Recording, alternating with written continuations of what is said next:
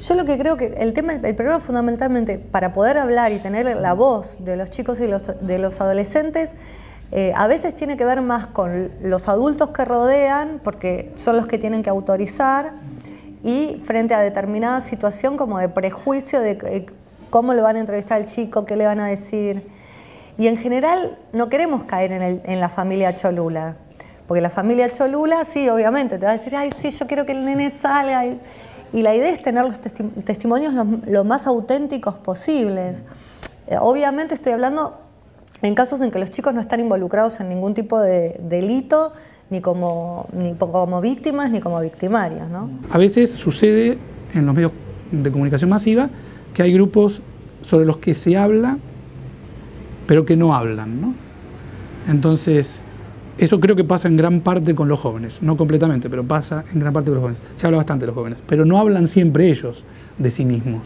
Bueno, en el caso de los chicos, hay que tener como muchísimo más cuidado todavía, porque los chicos difícilmente puedan hablar de sí mismos si es que no se va a buscar esa palabra, si no se la enmarca adecuadamente, ¿no? Entonces, con más razón, porque no es algo que tenga que ver con la voluntad de ellos, hay que hablar de ellos, pero procurar que su punto de vista, digamos, aparezca también, ¿no? Hay como un tema importante respecto de eso, de la potestad para que el chico hable. En general nosotros, para que hable un chico, llevamos una autorización, que es una autorización ya formal, que está escrita por la gente de asuntos jurídicos del canal, en donde un adulto responsable de ese chico tiene que firmar, su padre, para autorizar que su imagen se publique en la televisión. Entonces ese es sobre todo el miedo más grande, digamos, que el día de mañana aparezca el padre de alguno de esos chicos y diga, no, mi hijo quedó expuesto en una situación incómoda, y eso genere un juicio. ¿Y quiénes son las otras fuentes consultadas? Los representantes de los poderes públicos son apenas el 20% de las fuentes escuchadas. Luego, siguen los expertos en temas de infancia y adolescencia y, con muy poco lugar, un actor fundamental en la vida de los chicos y chicas, las organizaciones de la sociedad civil, con 4,3%. Casi el mismo porcentaje de noticias que no citan fuente alguna. De esta forma, la calidad de la información es lo que más se resiente. Creo que la rapidez con la que hay que producir la información tiene varias consecuencias. Una de ellas es que el periodista tiene menos tiempo y menos recursos para realizar una investigación con el procedimiento que le garantizaría una buena calidad. Entonces, en muchos de los casos, cuando yo tengo que cubrir una noticia que ocurre en el día y tengo que salir en el noticiero de la noche, y voy a aquella información que ya está circulando, que suele estar muy relacionada con aquella que impulsó la propia fuente, con la declaración, con el anuncio, con la gacetilla de prensa. Nosotros nos encontramos además en situaciones informativas en donde el periodista asiste como espectador, pero no tiene capacidad de hacer preguntas. Entonces, vos no te queda otra que aceptar esa información que ya viene dada.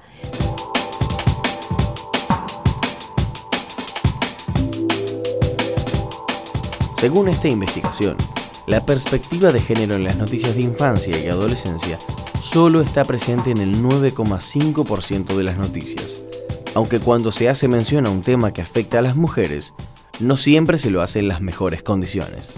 ¿Por qué es importante? Bueno, es fácil, porque la mitad de la humanidad son mujeres y porque hay una diversidad sexual y una diferente posibilidad de pensar las identidades de género que rompen esa bipolaridad que implicaba antes pensar en un mundo masculino poderoso, en un mundo femenino subordinado, en un mundo masculino que toma las decisiones, en un mundo femenino que acepta esas decisiones. Repasemos un caso presentado por Telenoche el 20 de septiembre. Se trata de un colegio de Posadas, Misiones, que obligó a sus alumnas a cambiar el uniforme de polleras por pantalones largos, en razón de los acosos que denunciaron algunas de ellas. Pese a incluir la voz de las alumnas y docentes, el noticiero no ofreció una reflexión fundamental en estos casos. ¿Era esa la mejor salida a un problema tan complejo? Suponer en el ámbito escolar que una debe estar vestida de una manera para no ser acosada es suponer que una es responsable del acoso, con lo cual lo primero que se hace es desresponsabilizar a quien es verdaderamente el acosador. Caramba, somos las mujeres las provocativas y entonces por eso nos pasa lo que nos pasa. Es gravísimo que los medios lo tomen tal como llega la noticia sin reflexionar al respecto, sin decir, ok, esto está sucediendo en tal lugar, abramos este sobre, saquemos lo que hay adentro y revisémoslo. Tengamos el coraje de revisar qué es lo que sucede con esto. Porque si yo lo transmito así, digo, hubo acoso, lo resolvieron cambiando la ropa de las chicas. Y esta quedó siendo la noticia. Bueno, habrá mucha gente que se reirá cuando la vea, habrá mucha gente que dirá, che, pero ¿será posible? Y habrá un gran porcentaje que la escucha en ese subtexto subliminal en el que a veces escuchamos y dice, bueno, está bien, de algún modo hay que resolverlo, ¿no? La identidad. La Ley 26.061 de Protección Integral de los Derechos de las Niñas, Niños y Adolescentes asegura a niños, niñas y adolescentes la protección de su intimidad e identidad. Sobre este punto, los noticieros analizados mostraron buenos indicadores, aunque hubo casos en los que los excesos marcaron la cobertura. Denilson es un nene de 4 años que apareció en las noticias cuando fue abandonado en la puerta de un supermercado porteño. En ese momento, su foto fue difundida por todos los medios, buscando a sus padres o a alguien que los reconociera. Un mes después, su mamá se presentó en la justicia pidiendo la restitución del niño. Ese día, la historia de Denilson volvió a los medios, y también al noticiero de Telefe Noticias, pero esta vez con un condimento innecesario: la imagen del niño, exhibida en un informe de casi 20 minutos con varias fotos, siempre en primer plano. La pregunta entonces viene sola: ¿era necesario seguir mostrando su cara cuando ya se había encontrado a la madre? Cuando hablamos de responsabilidad periodística y hablamos de niños, niñas y adolescentes, hablamos de estas cosas. No es necesario llevar la tensión de este elástico a tal extremo que terminamos todos vulnerados como sociedad. Porque me parece que ahí el niñito de 4 años queda excesivamente visibilizado, a la mamá no la ayudamos y a mí como espectadora, la verdad es que no me aporta nada. No me resuelve nada. Seguramente una vez que apareció la mamá y demás, seguramente estuvo de más.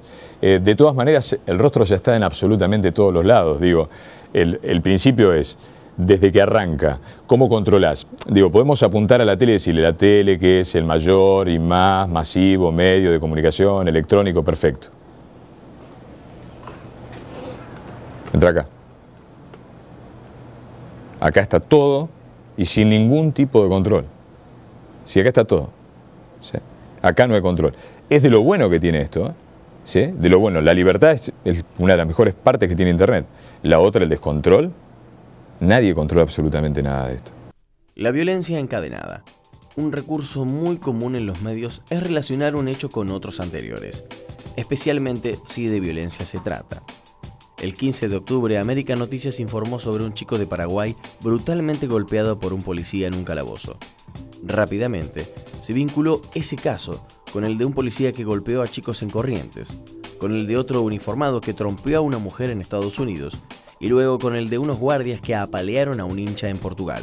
¿Es posible relacionar de ese modo tan lineal todos estos hechos tan distintos y con tan diferente contexto? ¿La situación de indefensión de ese adolescente es igual a la de otros adultos? La sociedad hoy está mucho más morbosa, si se quiere, porque tiene la posibilidad de acceder a medios, ya sea revistas, diarios, películas, etcétera, que a los que antes no accedía porque no se hacían, o porque hemos pasado periodos de dictadura en donde no había libertades individuales o de expresión. Entonces un día nos dijeron, se puede ver de todo y se puede espiar, y el espiar siempre es morbo, o la televisión te lo muestra y vos lo estás comprando. No lo sé. Me parece que en la lógica de frivolización de la información se olvidaron cuestiones básicas de periodismo, que es quiénes están involucrados, cuál es la contextualización, cuáles son las causas, cuáles son las fuentes más adecuadas y no solo las disponibles para hablar de un tema.